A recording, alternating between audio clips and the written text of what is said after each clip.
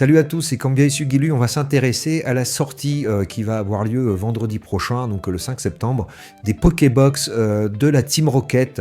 Alors pour ça, je vous invite à suivre ce lien-là sur Pokécardex, le calendrier des sorties JCC Pokémon. Vous allez avoir du coup toutes les sorties Pokémon à suivre sur l'année. Et là, voilà, ce 5 septembre, on a ces Pokébox-là qui sortent et ça, on va essayer de regarder un peu la valeur de ces Pokébox, qu'est-ce que ça contient et est-ce que c'est intéressant ou pas. Alors moi les Pokébox, de toute façon quand je en achète, c'est pas pour les stocker. C'est pas des items, donc je trouve qu'ils sont très intéressants à garder sur la longueur. C'est assez rare que les Pokébox se décorrèlent des autres items. Je préfère acheter des objets de type pur en termes de contenu, par exemple ce qu'on peut avoir sur soit des tripacks foudre noire par exemple, ou vraiment quelque chose où tous les items dedans seront d'une seule série.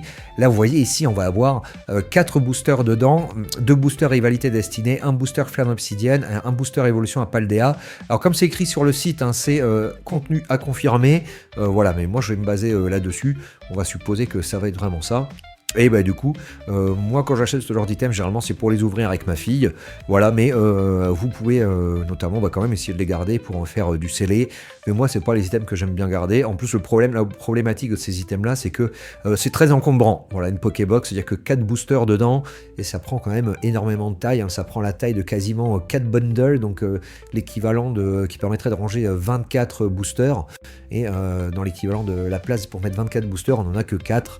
Donc voilà, il faut avoir vraiment beaucoup de place pour pouvoir stocker ce genre d'item là. Voilà, après on va quand même essayer de regarder au niveau du prix si c'est intéressant ou pas. Donc on a déjà une petite carte promo à chaque fois.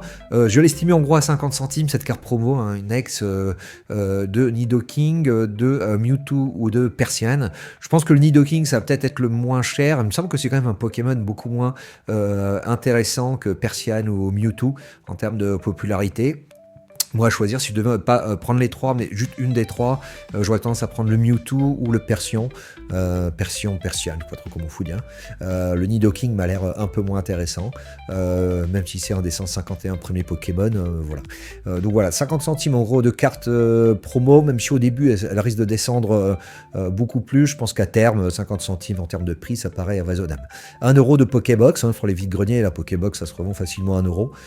Donc là, voilà, la boîte elle-même a de la valeur, hein, faut en prendre le soin.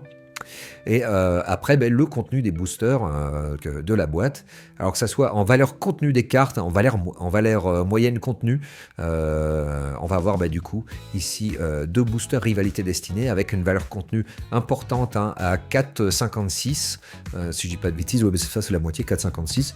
Donc 4,56€ pour une série qui n'est pas 0.5, c'est énorme, hein. Donc les boosters rivalité destinée, c'est très intéressant, hein, la valeur contenue est très élevée.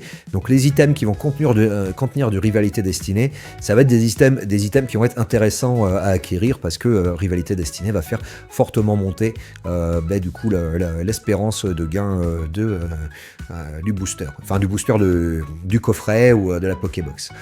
Flamme obsidienne 2,73, donc valeur contenue très faible sur Flamme obsidienne, et puis évolution Paldea, un booster également pareil, valeur contenue assez faible. Donc on arrive du coup à une valeur contenue totale de 16€. Ce que j'ai bien mis, oui voilà, c'est bien ça, 16€, pour un prix public de vente à 25,99€.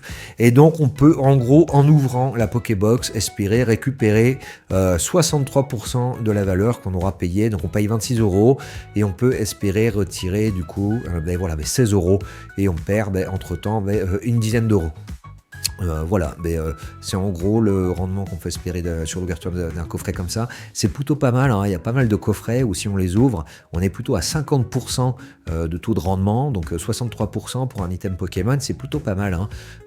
Voilà, c'est les plus mauvais items, on va plutôt être dans l'ordre du 50%. Si on regarde par exemple d'autres coffrets, voilà, par exemple comme celui-là, là, le coffret en Pibidou, on était à 40% de rendement, donc c'était très faible. Là ici 44% sur le Zacian, la brique de Lily il a 45%, on avait 62% sur le coffret Mewtwo X Team Rocket, donc là c'était plus intéressant. Le Karchak de Cynthia, on était à 50%, Draco X 50% de retour, voilà, donc un rendement à 63%, c'est plutôt sur la tranche haute des rendements qu'on récupère en ouvrant sur ce genre d'item. Donc voilà, moi je pense que je vais aller faire un petit tour à la Fnac, en récupérer 3 en plus avec la carte Fnac, on a moins 5%. Donc ça améliore encore plus la rentabilité, parce que si on est à moins 5% de ça, hop, fois 0,95. Hop, je refais recalculer les prix. Voilà, on est à 2 tiers de rendement si on a les 5% de réduction de la Fnac. Donc 2 tiers de rendement sur une ouverture dans Pokémon, franchement c'est carrément intéressant. De toute façon, ouvrir des Pokémon, hein, ça vous coûte de l'argent, hein, vous pouvez pas espérer gagner de l'argent en ouvrant des Pokémon, en tout cas en moyenne. Donc c'est normal, hein, faut pas s'attendre à avoir ici à quelque chose au-dessus de 100%, c'est très très rare. Je crois que si on a eu ça au-dessus de 100%, c'était sur par exemple le coffret eau florissante. Là, comme on avait c'était vendu à 100 euros, enfin je crois qu'on était un peu plus de 6 euros le booster au final.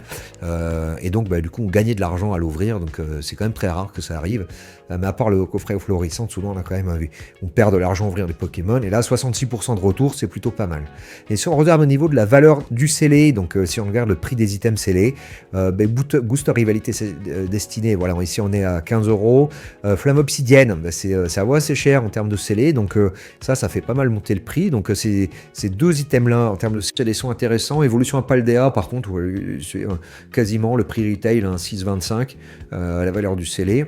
Ce qui nous amène du coup à une valeur du scellé à 130% du prix d'achat d'entrée. Par contre voilà, ça c'est théorique, parce que en pratique, faut pas vous attendre à ce que la Pokébox se revende tout de suite à 130% de son prix d'achat sur les différentes plateformes, sur Card Market et ainsi de suite.